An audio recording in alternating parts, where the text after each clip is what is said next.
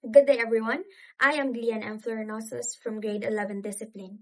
Today, we are going to apply our forensic and analytical lens to the digital world to understand the information disorder that is currently reshaping our society.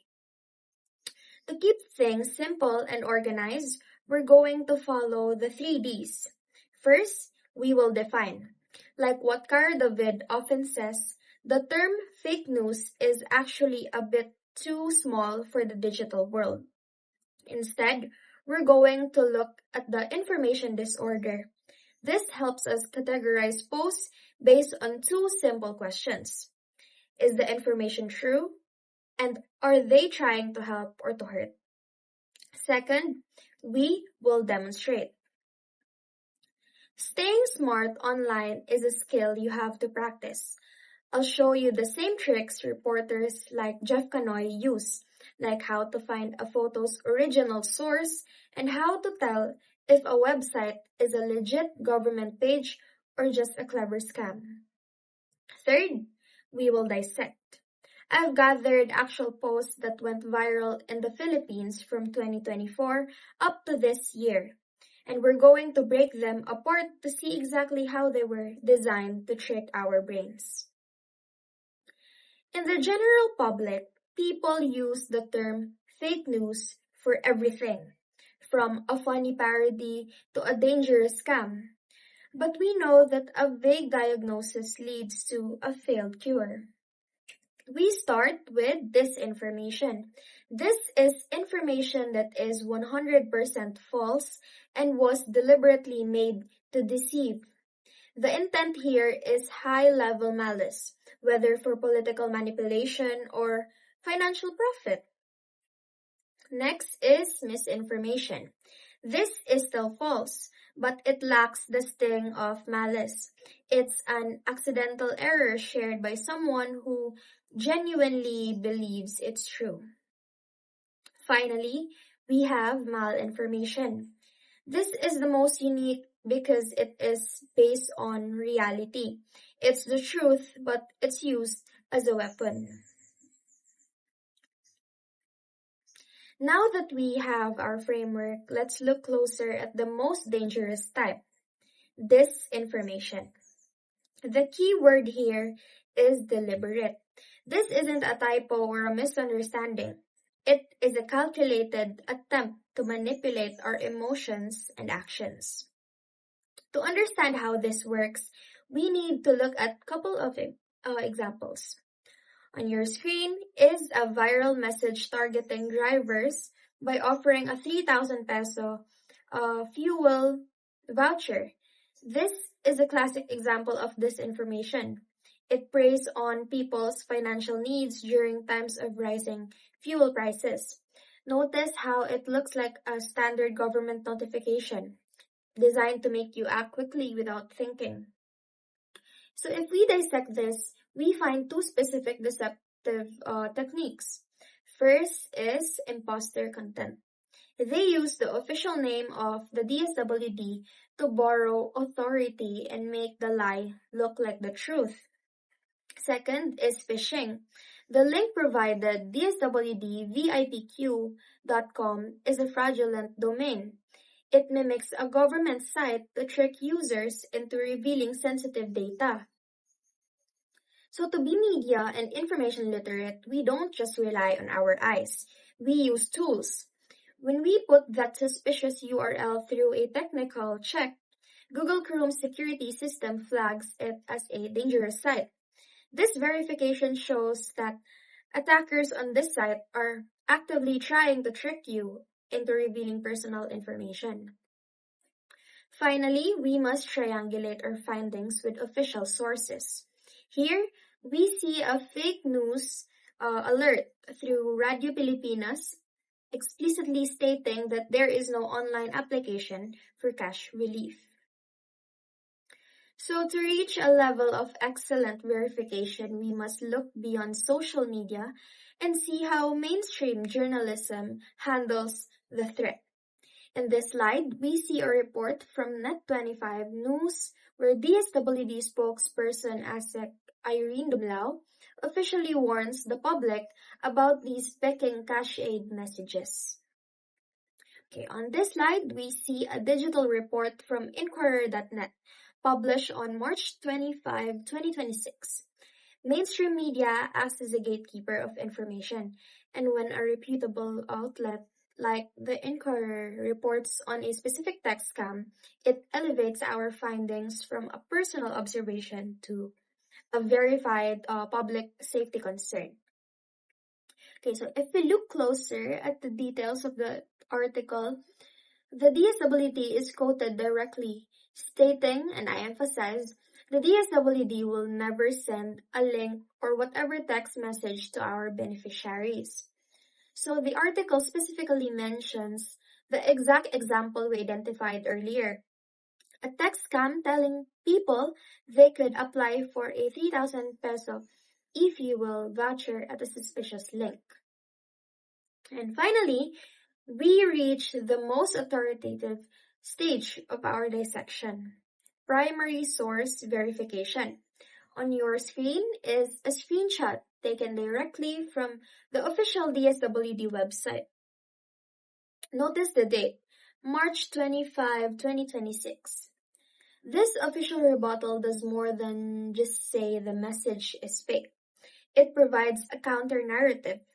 The agency clarifies that there is no online application for fuel assistance and that a legitimate process relies on official lists from local government units.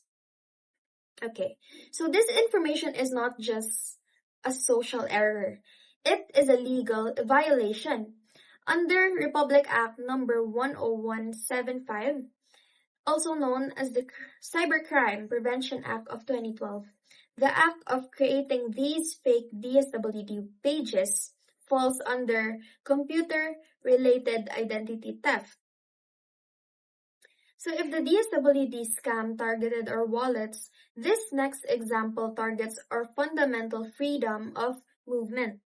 On your screen is a viral graphic that caused nationwide panic in early April 2026, claiming an emergency lockdown due to a mystery cicada variant.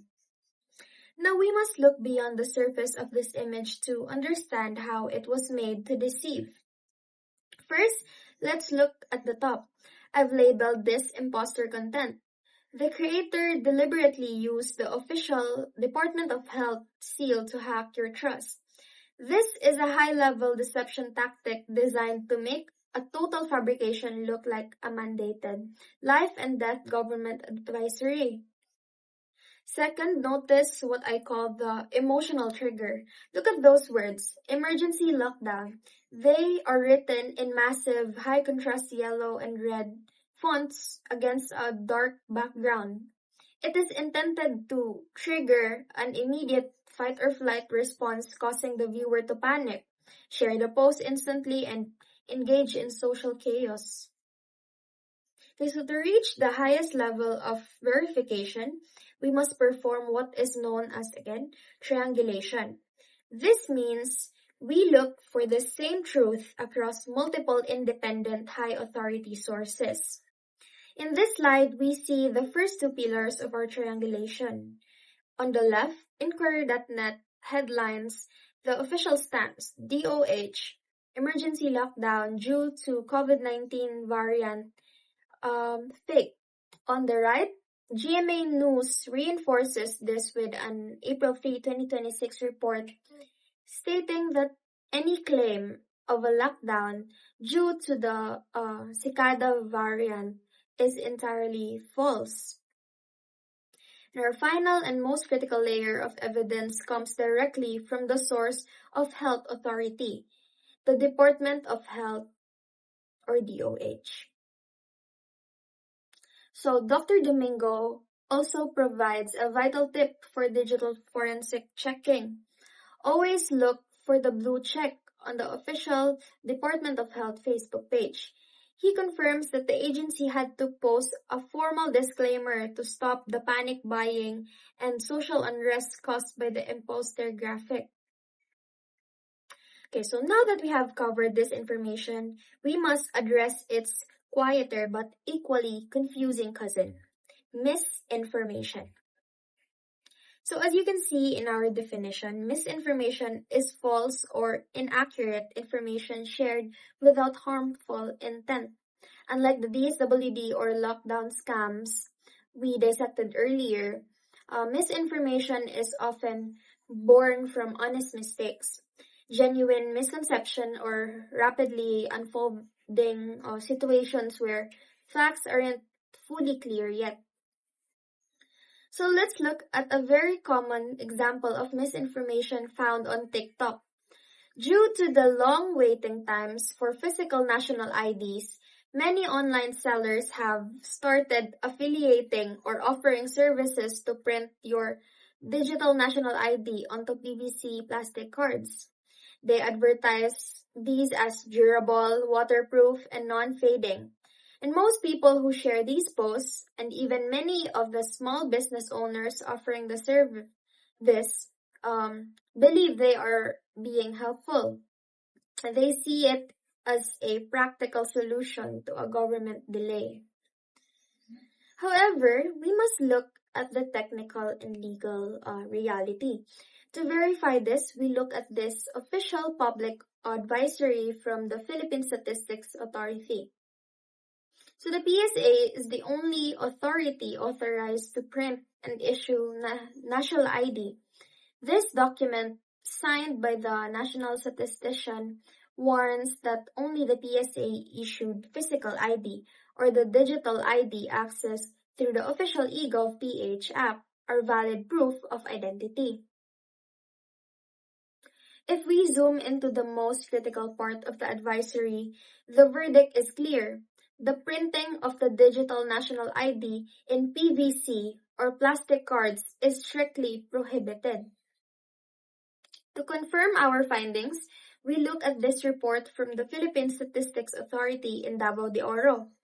The agency reminds us that while our digital national ID is a valid proof of identity, it must never be printed on PVC or plastic cards by unauthorized shops. And the PSA clarified that the digital national ID should only be accessed through the official eGov mobile application. Any copy printed on a plastic card by any unauthorized person is not considered a valid form of identification. But the danger goes beyond just having an invalid card. On March 24, 2026, the Philippine Information Agency issued an urgent warning regarding scams targeting your national ID data. Attackers are now posing as agency personnel, offering online assistance through fake emails or video calls to help people get their IDs. So this is a direct consequence of the misinformation we discussed. Once you believe an unofficial process is okay, you become vulnerable to these imposter content scams that seek to harvest your private information. So to provide the definitive solution after debunking these digital traps, we must always return to the primary source of truth. On this slide, we see the official frequently asked questions page from the Philippine Identification System website with its most recent update as of February 13, 2026. The question, who is eligible for the digital national ID, is answered with total clarity. All registered person. This confirms that no one is left out and no one needs to seek special assistance from unverified online sellers. So, to conclude this case study, let's look at the legal rationale. All registered persons are eligible for the digital national ID, and you can access it for free through the eGov.ph app. There is no technical need to pay a third party to print it for you. And more importantly, doing so carries a heavy price. Under the law, the unauthorized printing, preparation, or issuance of a fill ID, which is exactly what these TikTok hacks are doing, is punishable by 3 to 6 years of imprisonment. Furthermore, a massive fine ranging from 1 million to 3 million will be imposed on those found guilty. Okay, so let's move to our next case study in misinformation. The viral marketing of glufarilin milk for diabetes. On TikTok and Facebook, you will see professional-looking ads claiming this product is the best therapy for diabetes. And what makes this an example of misinformation is the use of imposter content. The sellers have used the face of Dr. Willie Ong, a highly trusted medical figure in the Philippines, to make it appear as though he is officially endorsing this product. So, because of this trusted face, thousands of Filipinos have bought the product and reshared these ads to their friends and family, as we see in the third screenshot. So, one seller alone has over 3,000 units sold. The people buying and affiliating this product aren't trying to scam anyone. They genuinely believe they have found a miracle cure for their relatives. So now, we will triangulate our findings with the highest national authorities. On this slide, we have an official report from the Philippine Information Agency. The Department of Health has been very clear in their public stance. They do not sell or endorse any commercial products, including formula milk or dietary supplements that promise complete cures for medical conditions. Finally, we look at the most critical piece of technical evidence, the FDA public health warning.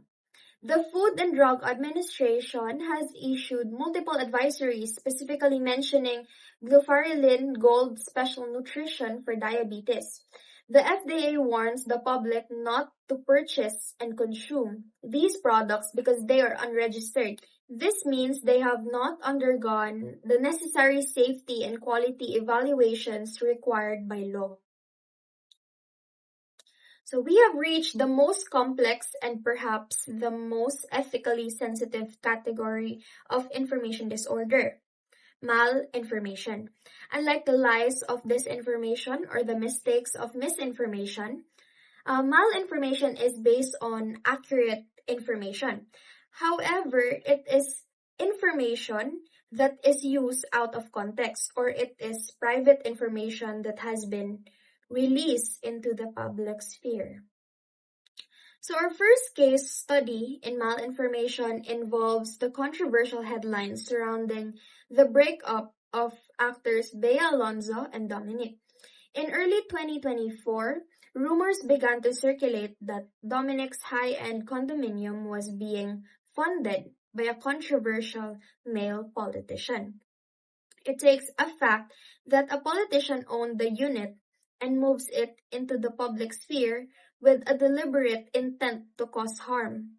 By framing a standard business arrangement as a scandalous secret, the gossip was weaponized to humiliate the individuals and manipulate public opinion during a sensitive personal time. So here, I'm going to show you a video. Dominic Roque. Yan at iba pang mainit na chika sa report ni MJ Marfori. Meron pong politikong involved dito sa isyong ito. Kami na po ang nagsasabi, madiin naming sinasabi ni Romel, meron pong politiko na sangkot sa isyong ito. Now, let's look at the data. Mayor eventually came forward to clarify that he indeed owned the condo, but it was being used as an Airbnb. Dominic Roque, as a close friend, had a legitimate business agreement to rent the unit at a discounted rate in exchange for fixing it up. In this digital article from the Philstar Global, we see actor Dominic Roque forced to address a series of leaked rumors following his high-profile breakup. Now, here is where the forensic detail gets interesting. The article notes that an entertainment writer had previously claimed Roque's high-end condominium was owned by a male politician. They even added a hook calling the unit pang super mayaman, and the owner napaka-controversial na politiko. Finally, look at the fallout. Entertainment writer Christopher Min, who initially brought the issue to light, later issued a statement on GMA News claiming she never explicitly mentioned Mayor Haloshos by name or even provided initials. Now, this demonstrates the slippery nature of malinformation. The person spreading it often uses blind items or hints to avoid legal liability, while still ensuring the harm is done. This case study teaches us that being media and information literate means looking past the gossip to see the malicious intent. We should ask, why was this private business deal released to the public? If the goal was to hurt rather than to inform, we are looking at malinformation in its purest form. Now, to wrap everything up, we have journeyed through the complex landscape of the information disorder. We've seen how disinformation uses imposter content and emotional triggers to manipulate our fears and steal our data. We've dissected misinformation, where even helpful TikTok hacks for PVC national IDs or miracle diabetes milks can lead to legal penalties and health risks because they lack official verification. And finally, we explored malinformation, where even the truth is weaponized to destroy reputations and violate privacy. So the next time you unlock your phone, laptop, PC, or iPad and see a headline that makes you feel instant panic or anger, stop. Remember that your emotions are the favorite entry point for those who want to manipulate the truth. Don't just be a consumer who hits share, be the investigator who hits verify. Use the tools we talk about, check the official DOH and PSA advisories, look for the FDA registration, and respect the boundary of private data. I want to leave you with one final thought. Our society is only as strong as the information we choose to believe. Every time you verify a fact, you're making our community stronger. Every time you refuse to share a lie, you are protecting our future. And the power to stop the digital pandemic is quite literally in our hands. Once again, I am Lian M. Florinosas from 11 Discipline. Thank you and good day.